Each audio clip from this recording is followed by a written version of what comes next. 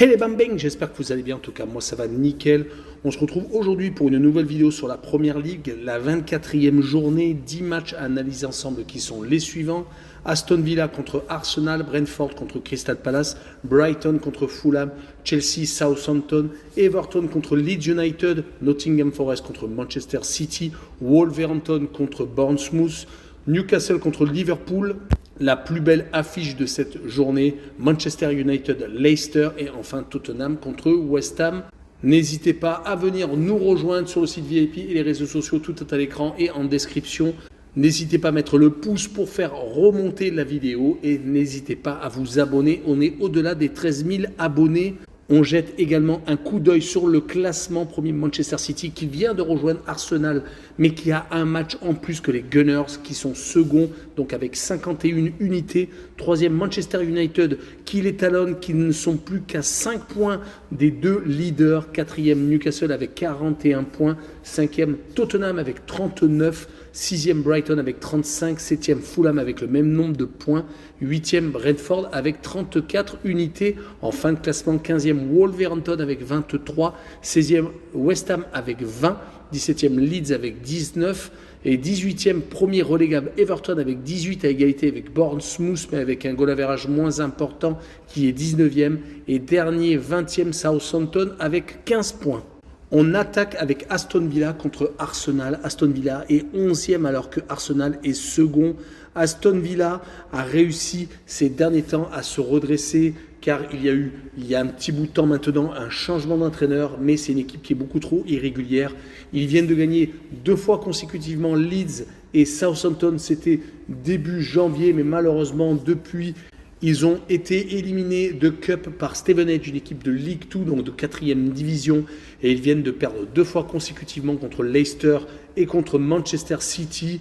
On ne sait plus sur quoi s'appuyer pour les Villains qui vont en plus jouer contre Arsenal.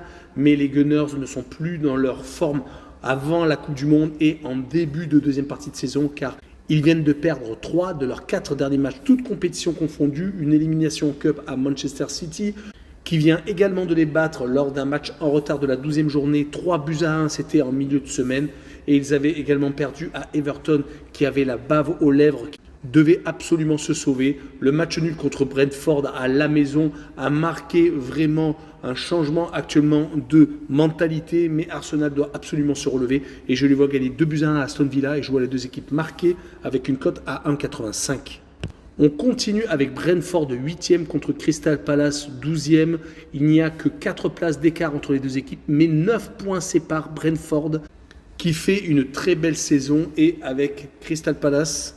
Car Brentford n'a plus perdu depuis 10 rencontres en Première Ligue. Leur dernière défaite remonte au 23 octobre. C'était à Aston Villa.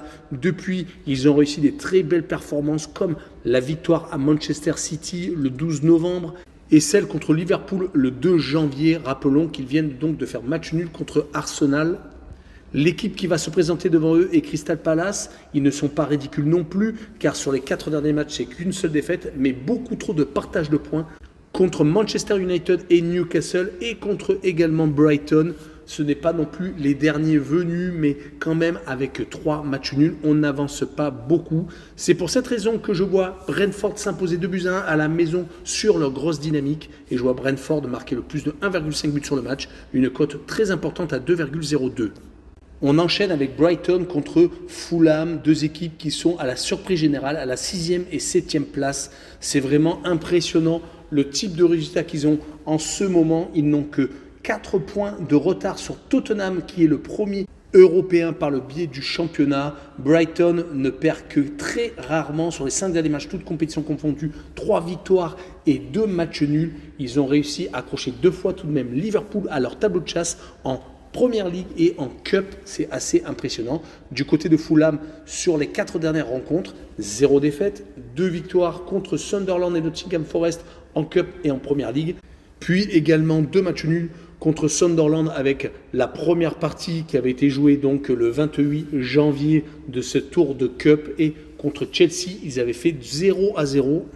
Ils continuent donc à être plus que intéressants dans leur contenu. Mais sur ce match-là, je vois Brighton s'imposer 1-0 et je vois le moins de 3 buts sur le match, une cote à 1,64. Et on continue avec Chelsea 10e contre Southampton 20e.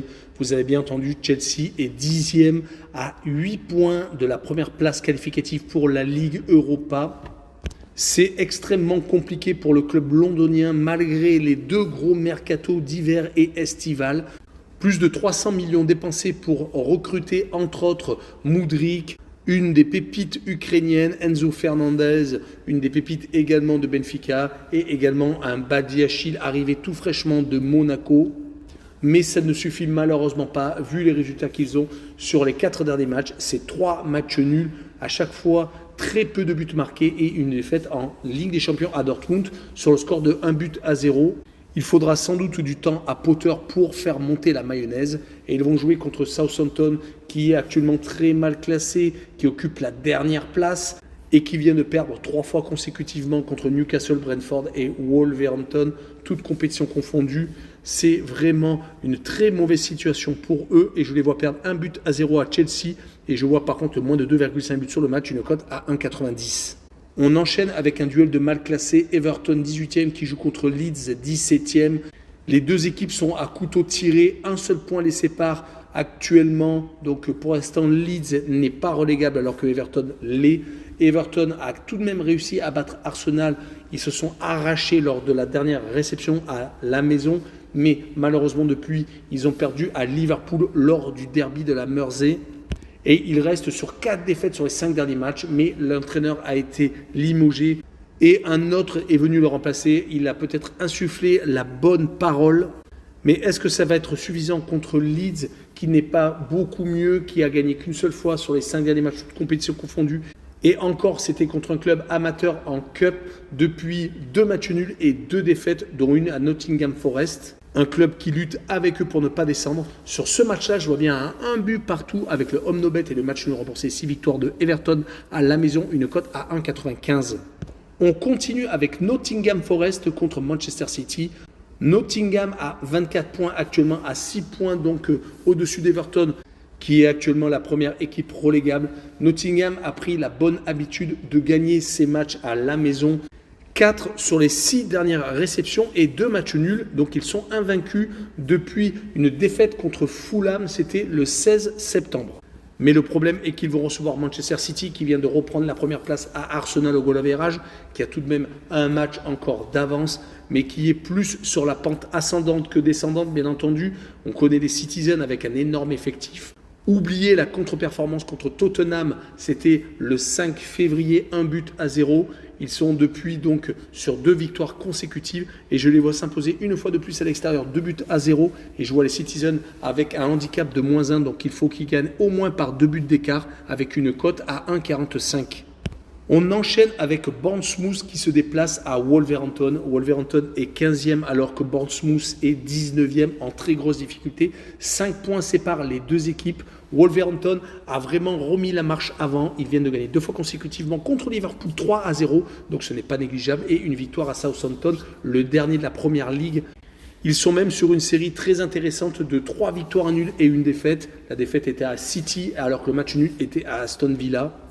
Ils vont donc avoir plein d'espoir contre Bournemouth qui de son côté n'a plus gagné depuis au moins 5 rencontres. Si on agrandit la série, on en arrive à 9 matchs sans victoire. Les derniers 3 points étaient contre Everton, c'était 3-0 le 12 novembre avant la Coupe du Monde. Donc il faut vraiment remonter loin. Sur ce match-là, je vois Wolverhampton s'imposer 1-0 et je vois les deux équipes ne pas marquer, une cote à 1,75.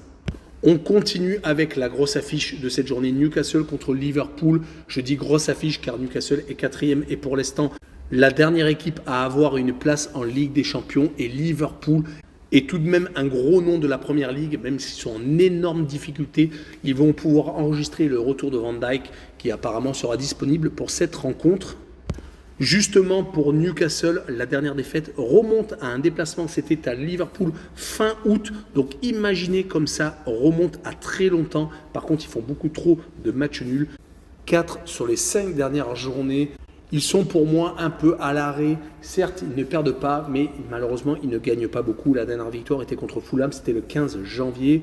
Et ils vont jouer contre une équipe de Liverpool qui est malade, qui a certes gagné contre Everton lors du derby de la Mersey, mais qui est resté sur 3 matchs sans victoire. Le 0-0 contre Chelsea, associé à la défaite contre Brighton et contre Wolverhampton, font vraiment tâche. Surtout qu'ils ont pris sur les 2 matchs en tout 5 réalisations. Mais sur cette rencontre, je vois bien un but partout entre les 2 équipes pour mettre un 5e match nul lors des 6 dernières rencontres. Et je vois bien le home no bet avec le match nul remboursé 6 victoires de Newcastle à la maison, une cote à 2,07. On enchaîne avec Manchester United contre Leicester City. United vient de faire 2-2 à Barcelone dans un match dantesque où la qualification pouvait basculer d'un côté ou de l'autre car il y aura un match retour. Et pour l'instant, rien n'est fait. Il n'y a même pas de ballottage d'un côté ou de l'autre car il n'y a pas de but à l'extérieur qui compte double. C'est fini. On s'aperçoit que Manchester United n'a plus perdu depuis cette rencontre. C'était lors de la défaite à Arsenal 3-2. Ils sont sur 5 victoires et 2 matchs nuls. Ils vont commencer une série de 5 matchs à la maison consécutifs car ils vont jouer en Europa League, en Premier League et en League Cup. Ils sont actuellement très compliqués à jouer et ils vont jouer contre Leicester qui n'a plus perdu depuis 4 matchs, qui à un moment donné a été dernier de la Premier League, mais qui s'est depuis ressaisi 3 victoires consécutives en FA Cup contre Walsall et également 2 victoires en Premier League à Aston Villa et à domicile 4-1 contre Tottenham. On n'oubliera pas le 2 buts partout fait contre Brighton le 21 janvier. Sur ce match-là, je vois quand même perdre à Manchester United 2-1 et je vois le plus de 2,5 buts sur le match, une cote à 1,62. Et on finira avec Tottenham contre West Ham. Les Hotspurs viennent de s'incliner à Milan, 1-0 en 8e de finale de la Ligue des Champions. Ils restaient également sur une défaite, comme je l'ai dit un peu plus tôt, à Leicester.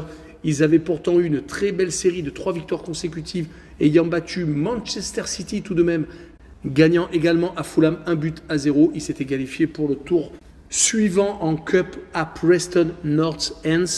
Et ils vont devoir continuer à gagner s'ils ne veulent pas perdre de vue la Ligue des Champions, car ils n'ont plus que 2 points de retard sur Newcastle. Du côté de West Ham, 3 matchs sans défaite en Premier League, ça faisait longtemps que ce n'était pas arrivé. Une victoire contre Everton 2-0 et 2 matchs nuls consécutifs contre Newcastle et contre Chelsea, donc que du positif. Mais je les vois perdre 2-1 à Tottenham avec le plus de 2 buts sur le match, une cote à 1,41. Voilà, on en a fini avec la Première Ligue. N'hésitez pas à venir nous rejoindre. Ciao les bambins!